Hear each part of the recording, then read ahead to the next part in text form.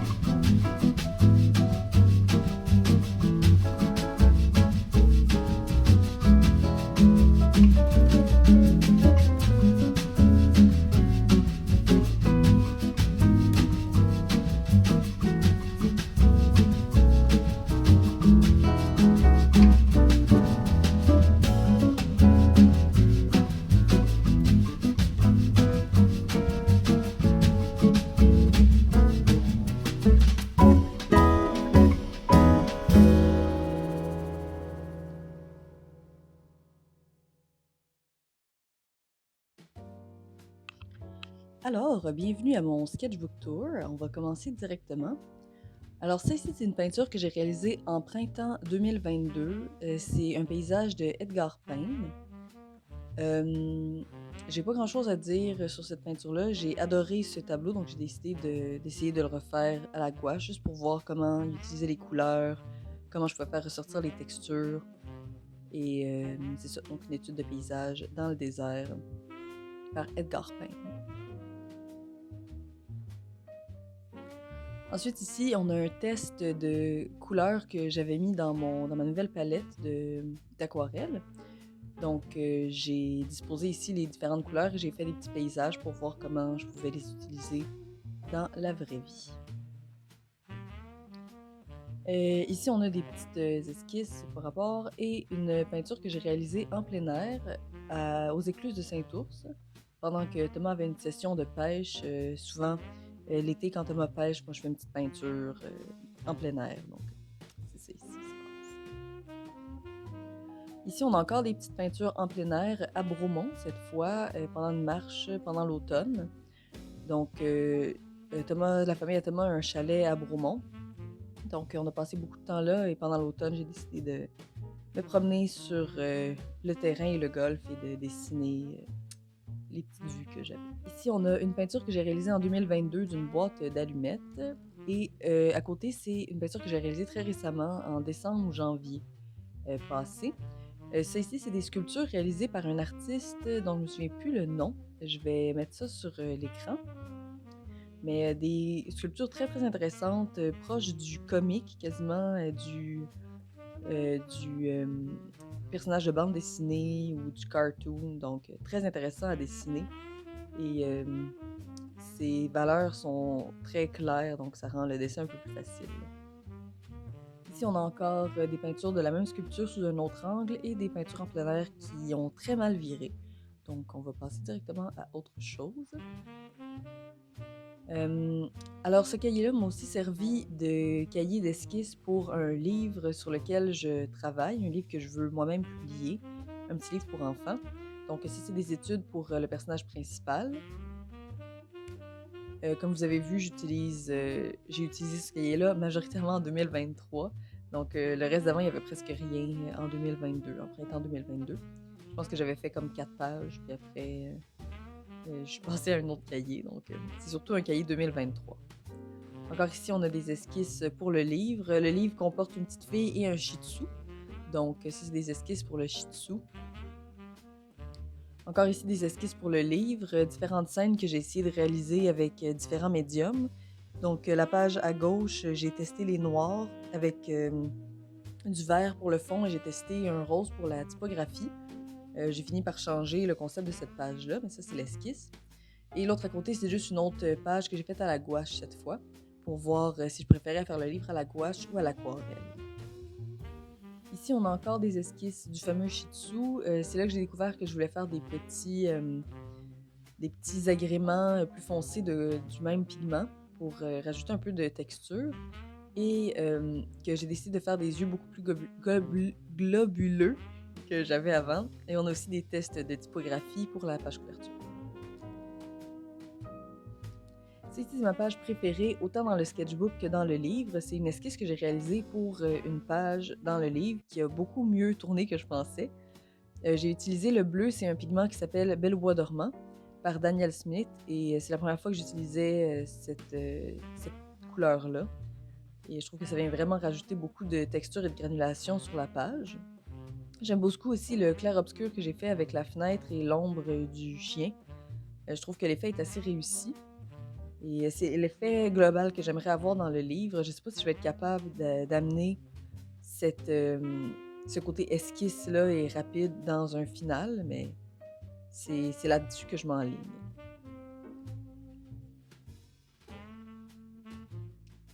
Ici, on a une étude du livre César le coq du village par Philippe Dumas que j'ai réalisé.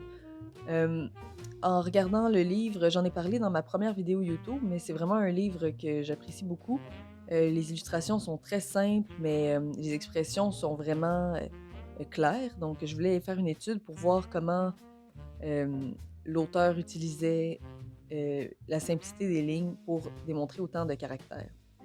Et ici, c'est des portraits que j'ai peints, des photos que j'avais de portraits. J'ai essayé d'appliquer la même technique que Monsieur Dumas, mais un échec total. Je pense qu'il n'y a aucune peinture qui a bien viré sur cette page-là.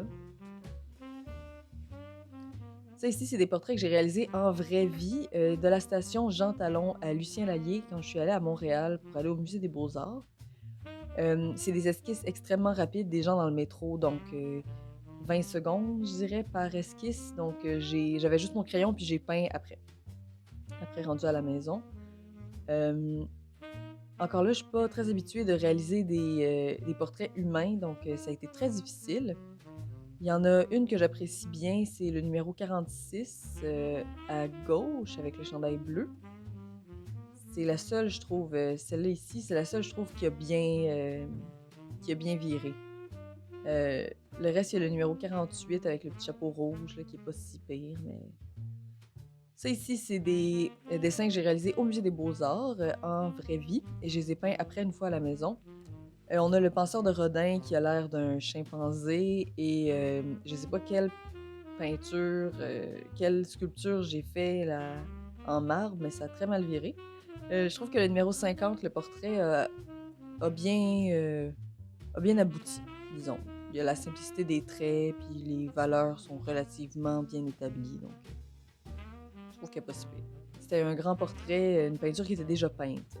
Une statue qui était déjà peinte, donc j'ai beaucoup d'indices quand même.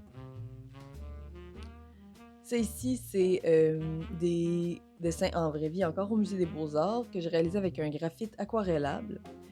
Je trouve que la page de droite, les proportions dans le visage sont assez réussies. C'est tout. C'est tout ce que je dis, ce que je pense qui est assez réussi dans cette page-là. On a ici le fameux Jésus et Joseph de ma première vidéo YouTube. Et à gauche, on a un petit crapaud que j'ai réalisé par la suite. Ici, on a un test d'un crayon de calligraphie, un crayon beaucoup plus large que mon habitude que j'avais acheté. Donc ça, c'est la page de test. C'est vraiment pour essayer, pour voir comment ça travaillait. Le chat a l'air un peu à l'arrache. Il a l'air d'un chat de gouttière, mais... j'aime beaucoup la texture que ça met, ce crayon-là, donc c'était la première fois que je l'utilisais. Et à gauche, on a des dessins que j'ai réalisés au travail pendant ma pause midi, quand je travaillais à la papeterie. J'ai utilisé une water brush pour ça. J'écoutais un reportage et puis il y avait cette dame, donc je l'ai peinte. J'aime beaucoup plus le pinceau que la water brush. Je trouve que ça vient beaucoup chercher beaucoup de texture, beaucoup de granulation, puis ça fait vraiment réagir la peinture mieux que la water brush qui a un flot d'eau constant.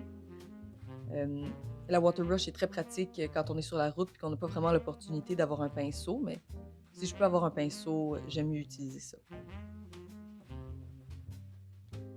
Ici, on a une peinture d'une grotte que j'en ai fait un vidéo, un TikTok, ça, j'en ai fait un TikTok.